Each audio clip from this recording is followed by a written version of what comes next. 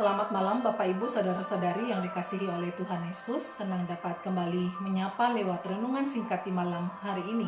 Saya akan membacakan firman Tuhan dari Kejadian pasal 39 ayat 8 hingga ayat yang ke-10.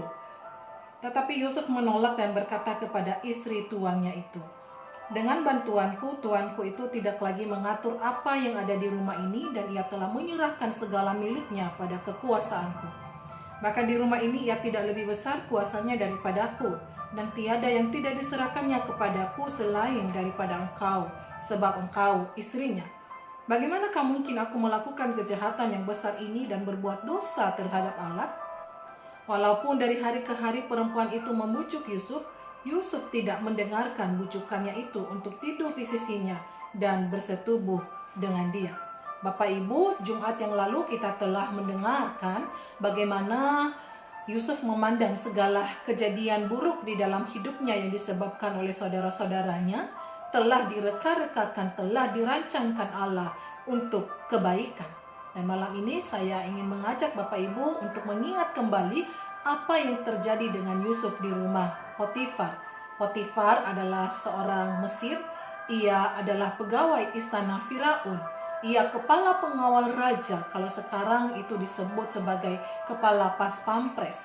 Saya sudah menyinggung sedikit minggu lalu bahwa Yusuf ini adalah seorang yang berintegritas tinggi. Ia setia pada tugas, ia setia pada tanggung jawab, dan yang lebih penting, ia setia pada Tuhan. Integritas anak muda inilah yang menambah pamornya semakin elok di mata Tante Potifar. Dan Alkitab berkata Yusuf ini adalah seorang yang manis sikapnya dan juga elok parasnya. Yusuf tentu adalah seorang yang dapat dipercaya, seorang yang rajin, seorang yang giat bekerja, sehingga segala urusan rumah tangga, bahkan segala milik Potifar ini diserahkan di tangan Yusuf. Semua orang pasti senang jika mendapatkan orang seperti Yusuf ini. Saudaraku, kalau kita melihat posisi Yusuf di rumah Potifar sebenarnya sudah enak. Dia sudah nyaman di sana. Dia bukan budak biasa. Dia adalah tangan kanan atau orang kepercayaan tuannya. Namun pencobaan datang. Pencobaan adalah bagian yang tidak dapat dihindari dari dunia di mana kita tinggal sekarang ini. Karena dunia ini telah jatuh dalam dosa, karenanya kita akan terus menghadapi pencobaan. Setidaknya ada 3 pencobaan yang sering kali kita hadapi setiap hari. Yang pertama adalah pencobaan materi. Keinginan yang berlebihan untuk memiliki banyak rumah, banyak uang, banyak mobil, banyak harta. Bahkan untuk mendapatkan banyak, orang kadang tidak sungkan untuk menghalalkan berbagai macam cara. Pencobaan yang kedua adalah pencobaan pribadi. Nafsu terhadap popularitas, kekuasaan, kekuatan, atau kendali atas orang lain. Yang ketiga adalah pencobaan seksual. Keinginan hedonistik yang ingin memiliki dan menikmati yang bukan miliknya. Dan Yusuf diperhadapkan dengan pencobaan ketiga ini. Itu tidak terjadi 1 kali, 2 kali, 3 kali. Tetapi Alkitab mencatat bahwa itu terjadi dari hari ke hari. Istri Potifar terus membujuk Yusuf. Bagian Alkitab yang kita bacakan tadi merupakan respon Yusuf terhadap godaan. Ia menjawab istri Potifar itu dengan sebuah pertanyaan yang tidak perlu dijawab. Bagaimana mungkin aku melakukan kejahatan yang besar ini dan berbuat dosa terhadap Allah? Ini adalah kalimat magic dari seorang pemuda dalam menghadapi godaan. Ia memandang dosa adalah dosa. Dosa bukan kelemahan, dosa bukan kesempatan, dosa bukan kebutuhan. Bisa saja Yusuf berkata bahwa ia adalah korban, bukan dia yang meminta, ia dipaksa. Namun Yusuf melihat dosa adalah dosa, dan ia lebih memilih untuk dijeploskan ke dalam penjara, asalkan ia tidak melakukan kejahatan yang besar di hadapan Allah. Yusuf bukan takut kepada CCTV. Percayalah, CCTV pada saat itu belum ada. Yusuf bukan takut kepada tuan Potifar.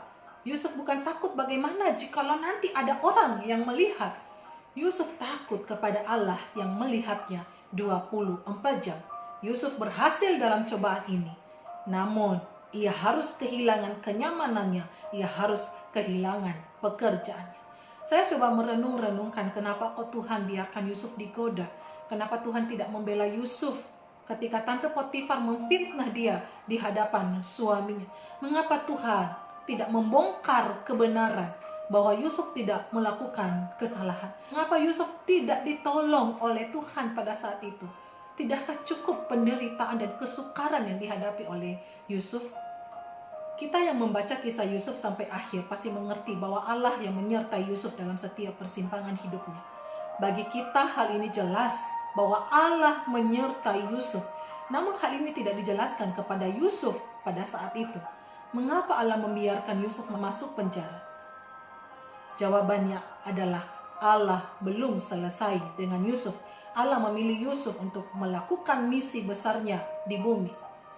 Maka kenyamanannya di rumah Potifar, posisinya di rumah Potifar, pekerjaan yang baik yang ada di dalam genggaman tangannya bukan destinasi hidup Yusuf.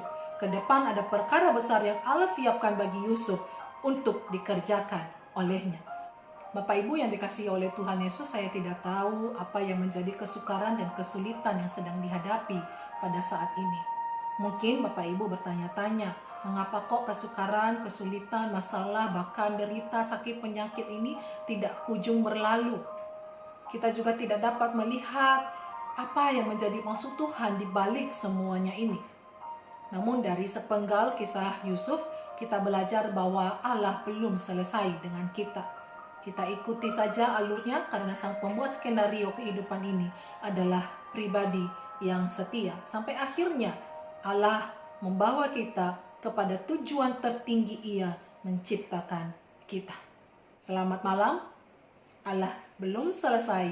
Tuhan Yesus memberkati.